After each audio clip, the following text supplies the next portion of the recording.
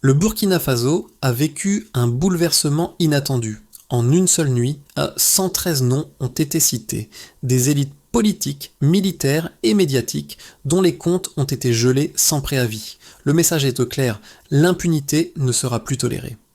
Mais derrière cette action choquante se cache une question plus profonde. Pourquoi ce complot, mené par des acteurs internes et soutenu par des flux financiers étrangers, a-t-il échoué ? Ibrahim Traoré et ses alliés ont changé les règles du jeu, mais à quel prix ? Ce moment pourrait-il marquer le début d'une nouvelle ère pour la souveraineté nationale ? Le Burkina Faso a traversé une crise sans précédent. Ibrahim Traoré, figure montante du pouvoir, a révélé l'existence d'un complot impliquant les plus grandes figures du pays. En gelant les comptes de 113 personnes, dont des hommes d'affaires influents et des politiciens respectés, le gouvernement a envoyé un message fort, personne n'est au-dessus de la loi. Mais ce geste audacieux a des répercussions profondes. Quelles conséquences cette action aura-t-elle sur le pays et sa stabilité ? Plus qu'un simple choc politique, il s'agit d'un tournant psychologique.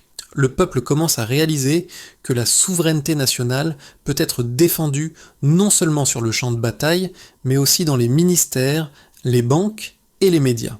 Les élites qui semblaient intouchables ne le sont plus, mais cette transformation n'est pas sans risque. Un complot interne de cette ampleur pourrait-il être le prélude à un bouleversement plus grave encore ? Les prochaines étapes sont cruciales, et chaque décision pourrait décider de l'avenir du pays. En avril 2022, une décision audacieuse a été prise. Le gel immédiat des avoirs de 113 personnes, parmi lesquelles se trouvaient des figures puissantes du Burkina Faso. Ce geste n'était pas simplement une action économique, mais un message politique fort. Les autorités ont révélé que ces élites étaient accusées de conspirer contre le gouvernement en place, menaçant directement la sécurité du pays. Selon les services de renseignement, ce complot n'était pas un coup de chance ou une simple crise d'ego, il était structuré, financé et soutenu par des acteurs externes. Le rôle de l'argent dans ce complot était central. Des fonds avaient été transférés discrètement à travers des comptes bancaires, des sociétés écrans et des flux financiers internationaux. L'objectif ? Préparer un coup d'État et l'assassinat du président Ibrahim Traoré. Et si ce n'était pas un complot impulsif mené par des extrémistes marginaux ? Au contraire, les autorités ont affirmé que les conspirateurs étaient des hommes influents, ayant un contrôle total sur les mécanismes du pays. Ces hommes connaissaient bien le fonctionnement de l'État, les faiblesses des forces de sécurité et les mentalités des militaires. Ce détail est crucial, ce n'était pas une rébellion chaotique, mais une stratégie pensée et calculée. Le pays n'était pas seulement confronté à une crise politique interne, mais à une menace qui venait de l'intérieur même du système, de ceux qui étaient censés le protéger. Le gel des avoirs a marqué un tournant, non seulement sur le plan juridique, mais aussi psychologique. Le peuple a soudainement pris conscience que des forces invisibles, opérant dans l'ombre des institutions, étaient prêtes à détruire le pays pour satisfaire leurs propres intérêts. Le pouvoir avait été affaibli, mais le peuple s'est réveillé. Les soldats sont devenus plus vigilants. Les citoyens ont compris que la défense de la souveraineté nationale n'était pas seulement une question de frontières, mais aussi d'intégrité des institutions. Ibrahim Traoré, à la tête du Burkina Faso depuis 2022, est rapidement devenu une figure centrale dans le récit politique du pays. Anciennement officier militaire, il a pris le pouvoir après l'éviction de l'ancien président Paul-Henri Damiba. Depuis ce moment, Traoré a fait preuve d'une détermination rare pour assainir les institutions de l'État, menant des actions radicales contre les élites corrompues. Sa volonté de rétablir l'ordre et de défendre la souveraineté nationale a forgé sa popularité parmi les masses qui ont vu en lui un homme de principe prêt à affronter des adversaires puissants. Cependant, l'action décisive contre ces élites accusées de complot a eu des répercussions immédiates. La société burkinabé a commencé à se diviser. D'un côté, les partisans de Traoré, qui applaudissaient ce courage politique, et de l'autre, des critiques qui ont vu dans cette décision un risque immense pour la stabilité du pays. Les figures de l'opposition, souvent liées à ces élites, ont dénoncé ce qu'ils percevaient comme une dérive autoritaire. Ils ont averti que le pays risquait de sombrer dans un chaos total si ces tensions n'étaient pas maîtrisées. Les premières réactions de la population ont montré à quel point cette action avait éveillé une prise de conscience collective. Les discussions se sont intensifiées dans les rues, les marchés et dans les foyers. Plus que jamais, les Burkinabés se sont intéressés à la politique nationale, réalisant que le pouvoir pouvait et devait être réexaminé. Ce moment a marqué le début d'une nouvelle dynamique politique, où la méfiance envers les élites et l'importance de la justice sociale sont devenus des thèmes omniprésents. Mais la question reste, jusqu'où ce processus peut-il aller avant d'être trop contesté pour qu'il réussisse ? Le coup d'État mené par Ibrahim Traoré en 2022 a marqué un point de rupture dans l'histoire du Burkina Faso. En effet, le pays a basculé dans une nouvelle phase de confrontation interne. Au sien, le gouvernement de Traoré, issu d'un groupe d'officiers militaires, a rapidement instauré des réformes radicales pour assainir les institutions de l'État et contrer la corruption endémique qui gangrenait les élites politiques et économiques. Cependant, ces réformes n'ont pas été sans opposition. En mars 2023, un complot majeur a été révélé par les services de renseignement du pays. Il impliquait plusieurs personnalités influentes du pays, anciens présidents, généraux de l'armée et magnates des affaires.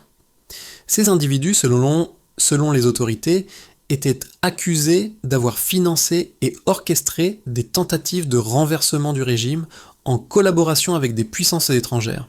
Les premières étapes de cette crise ont vu la mise en œuvre de décisions brutales. Le gouvernement a ordonné le gel immédiat des avoirs bancaires de 113 personnes liées à ces complots. Des propriétés ont été scellées, des autorisations de voyage suspendues et la presse a été restreinte. Un message a été envoyé, l'impunité ne sera plus tolérée et même les figures les plus puissantes du pays seraient désormais tenues responsables de leurs actes. Le choc psychologique a été immédiat. Pendant des années, une croyance largement partagée au Burkina Faso était que les élites économiques et politiques étaient intouchables. Ce système de protection invisible a été démantelé en une seule nuit. Ce geste a profondément bouleversé la perception du pouvoir au sein de la population. Les citoyens ont commencé à comprendre que l'État, jusque-là perçu comme faible face aux grandes puissances, avait pris une position ferme. Mais la réaction de la population n'a pas été uniforme. Tandis que de nombreux citoyens ont salué cette décision comme un signe de fermeté, d'autres ont exprimé des inquiétudes croissantes. L'impact sur l'économie était immédiat. Le gel des comptes bancaires a paralysé plusieurs entreprises, des chaînes d'approvisionnement ont été interrompues et la confiance des investisseurs a été ébranlée. À ce stade, les rumeurs de déstabilisation ont commencé à se propager à travers le pays. Le gel des avoirs était perçu par certains comme un préambule à une guerre économique, une tentative de fracture interne qui risquait de plonger le Burkina Faso dans une instabilité encore plus profonde. Le pays, déjà affaibli par des attaques terroristes et un environnement politique difficile, se trouvait à un tournant décisif. Le rôle des forces de sécurité est devenu plus crucial que jamais. La question de savoir si l'armée serait capable de maintenir l'ordre face à l'escalade de tensions était au cœur des préoccupations. En réponse à cette instabilité, des mesures de sécurité renforcées ont été instaurées dans les grandes villes. Le gouvernement de Traoré, tout en renforçant sa position face à l'opposition, a cherché à maintenir l'unité nationale en appelant à la solidarité. Pourtant, dans les coulisses, des tractations avaient lieu. Plusieurs puissances étrangères, dont certaines de l'Afrique de l'Ouest, ont intensifié leurs interventions diplomatiques, tentant d'influencer la trajectoire du pays. Tout ceci a marqué un changement stratégique dans la politique intérieure du Burkina Faso. Les rivaux du gouvernement, qui avaient longtemps considéré Traoré comme un leader fragile, ont dû revoir leur stratégie. Le message était clair, la fin de l'impunité, même pour les élites, avait été actée, et la guerre pour le contrôle du pays venait de commencer. Les services de renseignement du Burkina Faso ont révélé des preuves accablantes concernant le complot interne qui visait à renverser le gouvernement d'Ibrahim Traoré. Les enquêteurs ont mis en lumière des flux financiers massifs, témoignant d'une coordination complexe entre les conspirateurs, aussi bien au niveau national qu'international. Selon les rapports, Plus de 28 millions de dollars ont été transférés à travers des comptes bancaires dissimulés, des sociétés écrans et des transactions en dehors du pays. Ces fonds ont été utilisés pour financer des campagnes de désinformation ou manipuler l'opinion publique et soutenir des groupes armés qui déstabilisaient tout le pays. Cette somme colossale n'était pas simplement destinée à financer des actes terroristes, mais servait aussi à corrompre des officiers militaires et à influencer certains médias internationaux. Les autorités ont également dévoilé une série d'enregistrements audio et de messages interceptés qui ont permis d'établir des liens directs entre les conspirateurs et certains acteurs étrangers. Les services de renseignement ont affirmé que ces fonds avaient été utilisés pour fomenter des troubles à travers des actions psychologiques et médiatiques visant à saper le moral de la population et des forces de sécurité. Le gouvernement a détaillé une série de rencontres secrètes qui se sont tenues à l'étranger, notamment au Togo et dans d'autres pays voisins, et où des discussions ont eu lieu pour organiser l'infiltration du gouvernement burkinabé et affaiblir ses institutions. La façon dont l'argent circulait était particulièrement inquiétante. Les fonds étaient fragmentés et envoyés à travers plusieurs banques et entreprises, rendant leur traçabilité extrêmement difficile. Les autorités ont ainsi commencé à mettre en place des mécanismes de surveillance plus rigoureux pour suivre ces flux financiers. Cela a conduit à une série de saisies de biens, notamment des propriétés à l'étranger, des comptes bancaires à la fois nationaux et internationaux, et des avoirs détenus par des sociétés basées dans des zones fiscales opaques. Ce processus de gel des avoirs a eu un impact immédiat sur les membres les plus influents du complot, dont plusieurs ont été contraints de se cacher ou de fuir le pays. Mais les chiffres ne s'arrêtaient pas là. Le gouvernement a également recueilli des données montrant une augmentation significative du nombre d'attaques terroristes et d'incidents violents dans le pays. Ces événements avaient souvent lieu au moment où les investigations financières sur les flux d'argent étaient menées, suggérant une tentative délibérée de semer la panique. En réponse, l'armée burkinabé a intensifié ses patrouilles dans les zones sensibles, et des unités spéciales ont été formées pour neutraliser les menaces internes. Ce moment a marqué un tournant dans la guerre contre la corruption et la déstabilisation, car pour la première fois, des preuves tangibles et des chiffres ont été fournis pour démontrer l'ampleur du complot et la véritable nature de la menace à laquelle faisait face le pays. Voilà, ces informations ont non seulement renforcé la position de Traoré, mais ont aussi montré que la lutte pour la souveraineté du Burkina Faso ne se ferait pas uniquement sur le terrain militaire, mais aussi sur le front économique et informationnel. Le complot contre le gouvernement de Traoré a suscité de nombreuses critiques et oppositions, tant à l'intérieur du pays qu'à l'international. Les détracteurs du président ont argumenté que cette répression contre les élites constituait une réponse excessive, un acte d'autoritarisme déguisé sous le masque de la souveraineté nationale. Ils ont souligné qu'une telle concentration de pouvoir entre les mains de Traoré et de son entourage pourrait entraîner un déclin de la démocratie et de l'état de droit. Selon eux, ce gel des avoirs et cette expulsion des figures de l'ancien régime risquaient de créer un vide de pouvoir ouvrant la voie à une instabilité prolongée. Les critiques ont aussi mis en avant l'idée que ces actions représentaient un danger pour l'économie nationale. Le gel des comptes et la saisie des biens de personnes influentes ont perturbé les investissements et ont provoqué une fuite des capitaux, ce qui pourrait avoir des effets à long terme sur la croissance du pays. Ces partisans de l'ancienne élite ont suggéré que la véritable menace ne résidait pas dans une tentative de coup d'État, mais dans une crise économique plus profonde qui risquait de se manifester sous la forme d'une récession ou d'une hyperinflation. L'instabilité politique et économique pourrait, selon eux, favoriser la montée en puissance de groupes terroristes qui profiteraient de l'incapacité de l'État à maintenir l'ordre. Mais ces arguments ont été confrontés à une réalité bien différente, soutenue par les partisans de Traoré. Ils ont fait valoir que, sans ces réformes drastiques, le Burkina Faso risquait de sombrer définitivement dans la corruption et la tyrannie des élites. Le gel des avoirs et l'exposition de ces figures publiques n'étaient pas seulement des gestes symboliques, il constituait une déclaration claire que le pays n'était plus prêt à tolérer l'impunité. Pour eux, la stabilité du pays ne dépendait pas de la protection des anciens dirigeants, mais de l'intégrité du système politique et économique. En outre, les partisans de Traoré ont soutenu que le peuple burkinabé, longtemps marginalisé, avait désormais un pouvoir de décision et de contrôle. Ça, ce qui rendait les actions du gouvernement non seulement légitimes, mais nécessaires.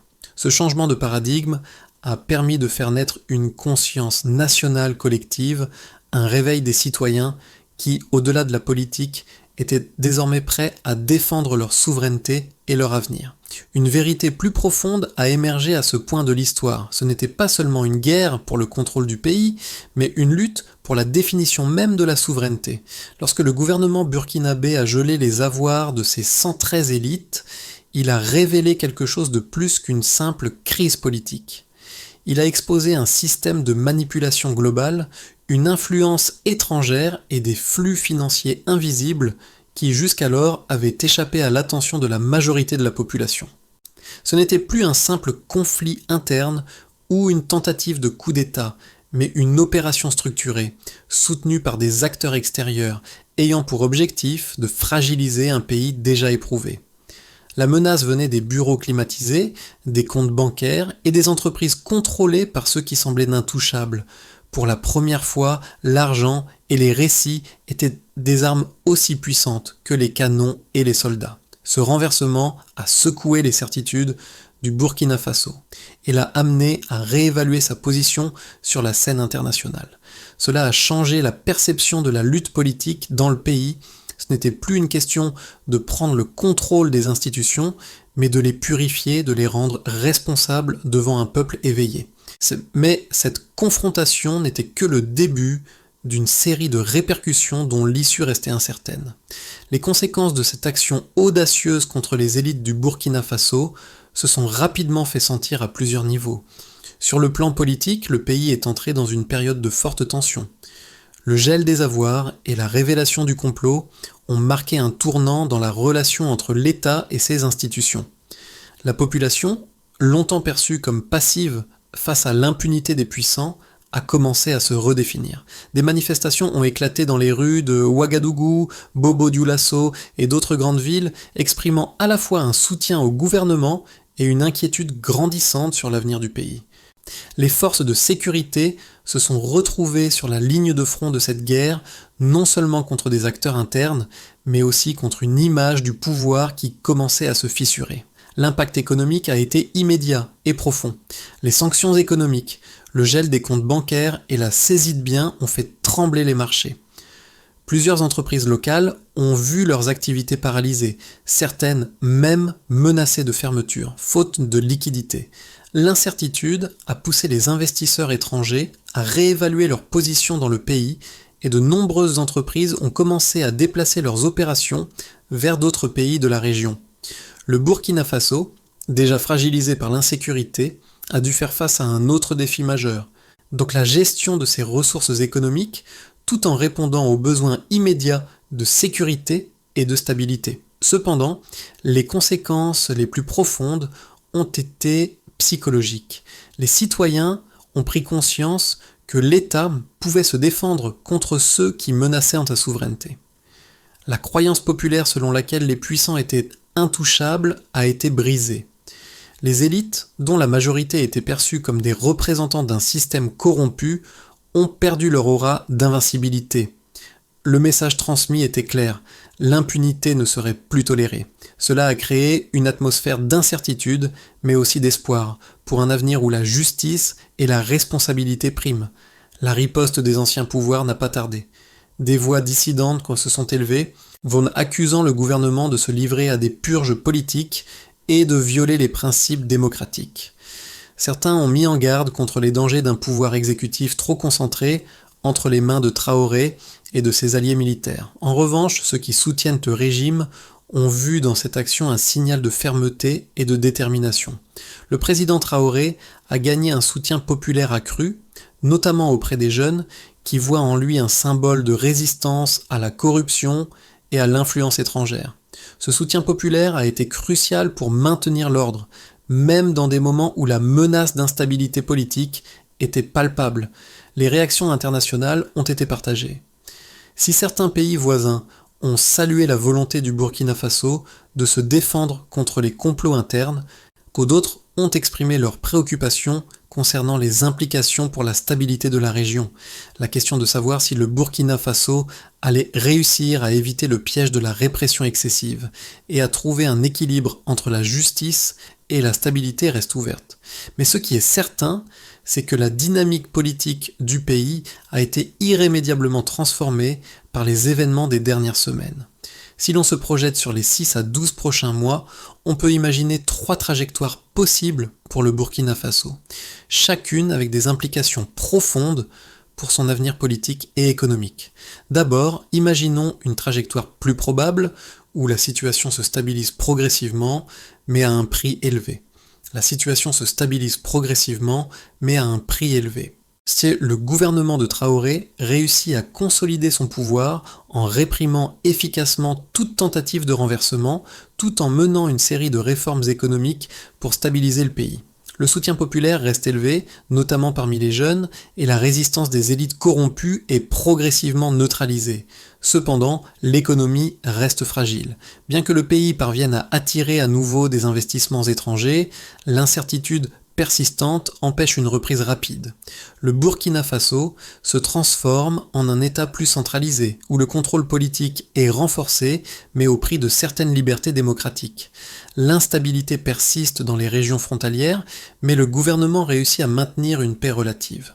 La population, plus éveillée que jamais, commence à participer activement à la vie politique et armée avec des attentes élevées vis-à-vis du régime. Ensuite, imaginons une trajectoire plus favorable, où le pays connaît une transition pacifique et un renouveau économique. Le pays connaît une transition pacifique et un renouveau économique. Les réformes politiques engagées par Traoré rencontrent une large approbation et le processus de réconciliation nationale permet de restaurer la confiance dans les institutions. Le Burkina Faso devient un modèle pour la région, attirant des investissements étrangers et renforçant ses liens avec les pays voisins. Le climat d'unité nationale se renforce à mesure que les citoyens, jeunes et vieux, s'engagent dans des initiatives de reconstruction. Les groupes armés au nord du pays sont progressivement maîtrisés grâce à une coopération accrue avec les voisins, et le Burkina Faso renoue avec une stabilité durable. Le pays se dote d'une nouvelle constitution qui reflète l'esprit d'inclusivité et de transparence, et la corruption devient progressivement une chose du passé. L'avenir semble prometteur. Enfin, imaginons une trajectoire plus sombre où l'instabilité augmente et le pays s'enfonce dans une spirale de violence et d'isolement. L'instabilité augmente, le pays s'enfonce dans une spirale de violence et d'isolement. Les tensions internes s'intensifient à mesure que la répression s'aligne de plus en plus avec les intérêts militaires, marginalisant les opposants et d'autres groupes de la société.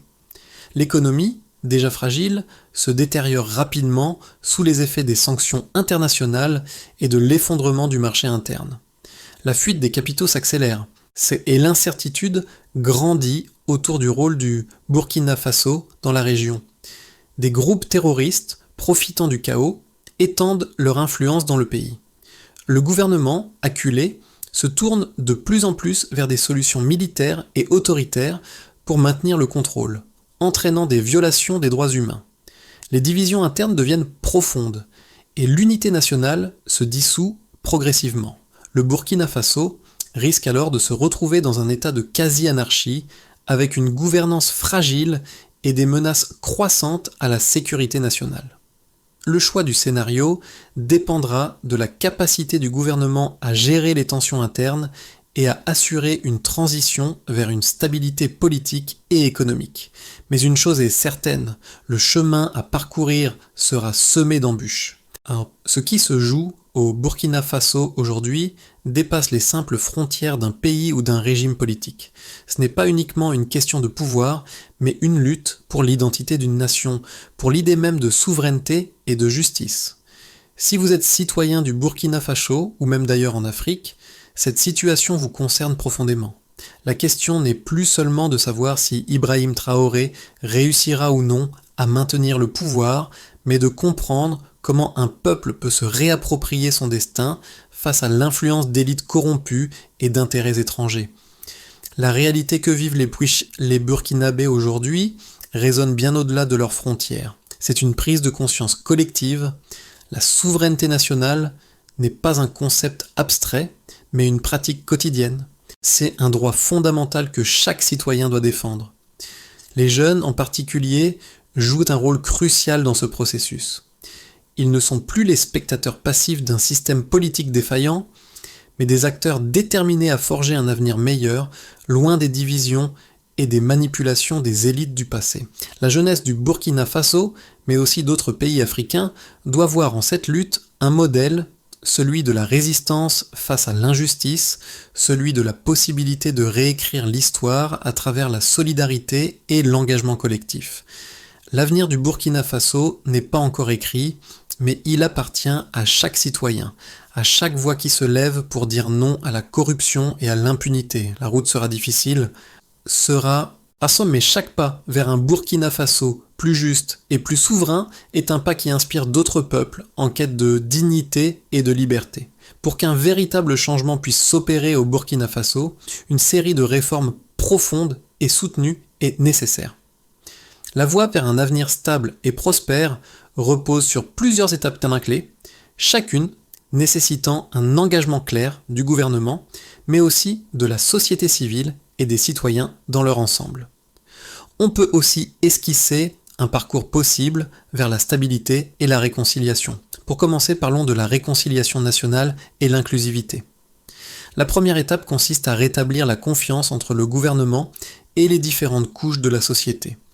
Cela nécessite la création d'un cadre de dialogue national où tous les acteurs politiques, économiques et sociaux peuvent exprimer leurs préoccupations et participer à la définition du futur du pays. Ce processus doit être transparent et inclusif, garantissant une représentation équitable des groupes minoritaires et des populations souvent marginalisées. Puis, passons à le renforcement des institutions démocratiques. Pour qu'un véritable changement prenne racine, il est essentiel de renforcer l'indépendance de la justice et des institutions publiques. Cela inclut la mise en place de mécanismes de lutte contre la corruption et la promotion de la transparence à tous les niveaux du gouvernement. La société doit pouvoir avoir confiance dans la capacité de l'État à défendre ses droits. Après cela, abordons stabilisation économique et de reconstruction. Le Burkina Faso devra également mettre en place un plan de relance économique, en particulier dans les secteurs agricoles et industriels. L'objectif est de diversifier l'économie, de réduire la dépendance aux importations et d'augmenter la capacité de production locale. En parallèle, il faudra renforcer les infrastructures de base, éducation, santé, eau potable, pour répondre aux besoins urgents de la population. Et pour terminer, venons-en à la sécurisation des frontières et à la lutte contre le terrorisme. Bien que les réformes politiques et économiques soient essentielles, la stabilité ne peut être atteinte sans une sécurisation effective du territoire. Le gouvernement devra mettre en place une stratégie de lutte contre les groupes armés en renforçant l'armée, mais aussi en collaborant avec les pays voisins pour empêcher les infiltrations terroristes. À chaque étape, la participation active du peuple burkinabé sera cruciale. Il ne s'agit pas seulement de réformes gouvernementales, mais de la construction d'une nation unie capable de se défendre et de prospérer. Cette route, bien que semée d'embûches, représente l'espoir d'un avenir où la justice et la souveraineté ne sont plus des slogans, mais des réalités tangibles pour chaque citoyen. Au cœur de cette crise se trouve un nom, un symbole de résistance, Ibrahim Traoré. Plus qu'un simple leader politique, il est devenu le visage de la lutte contre l'impunité et la corruption. Mais ce combat n'est pas seulement le sien. Il est celui du peuple burkinabé, un peuple qui a choisi de ne pas rester silencieux face aux injustices qui ont défiguré son avenir pendant des décennies. Le processus judiciaire lancé pour juger les élites corrompues n'est pas simplement une question de politique. Il s'agit d'une rectification profonde, d'une réécriture de l'histoire. C'est là que le parallèle avec Thomas Sankara, un autre homme fort du pays, devient inévitable. Comme lui, Traoré incarne une vision radicale du changement, mais cette fois, il ne s'agit pas d'un leader solitaire, mais d'un peuple éveillé. Ce peuple, longtemps dormant sous le poids des systèmes de domination, se réveille pour revendiquer son droit à la dignité, à la justice et à la souveraineté. La route est semée d'embûches, mais ce moment, cette ligne franchie, pourrait bien être celui où tout bascule. Le Burkina Faso n'est plus simplement en crise, il est entré dans une nouvelle phase, une phase de renaissance collective, où l'espoir d'un avenir meilleur est désormais palpable. Le Burkina Faso fait face à une période de grande incertitude, mais aussi à une opportunité unique de réinventer son avenir. Ce moment de l'histoire n'est pas seulement une réflexion sur le passé, mais un appel à l'action pour chaque citoyen. Ce combat pour la justice, pour la souveraineté nationale et contre l'impunité doit être un effort collectif, où chaque voix compte. Le défi n'est pas seulement politique, il est social, économique et profondément humain. Pour vous, que représente la souveraineté ? Quelles sont les valeurs que vous souhaitez voir guider votre pays à l'avenir ? Ce n'est pas une question abstraite, c'est une question à laquelle chaque Burkinabé doit répondre activement. Le changement ne viendra pas seulement des institutions, mais de la capacité de chacun à s'impliquer, à rester vigilant et à œuvrer pour un Burkina Faso plus juste et plus fort.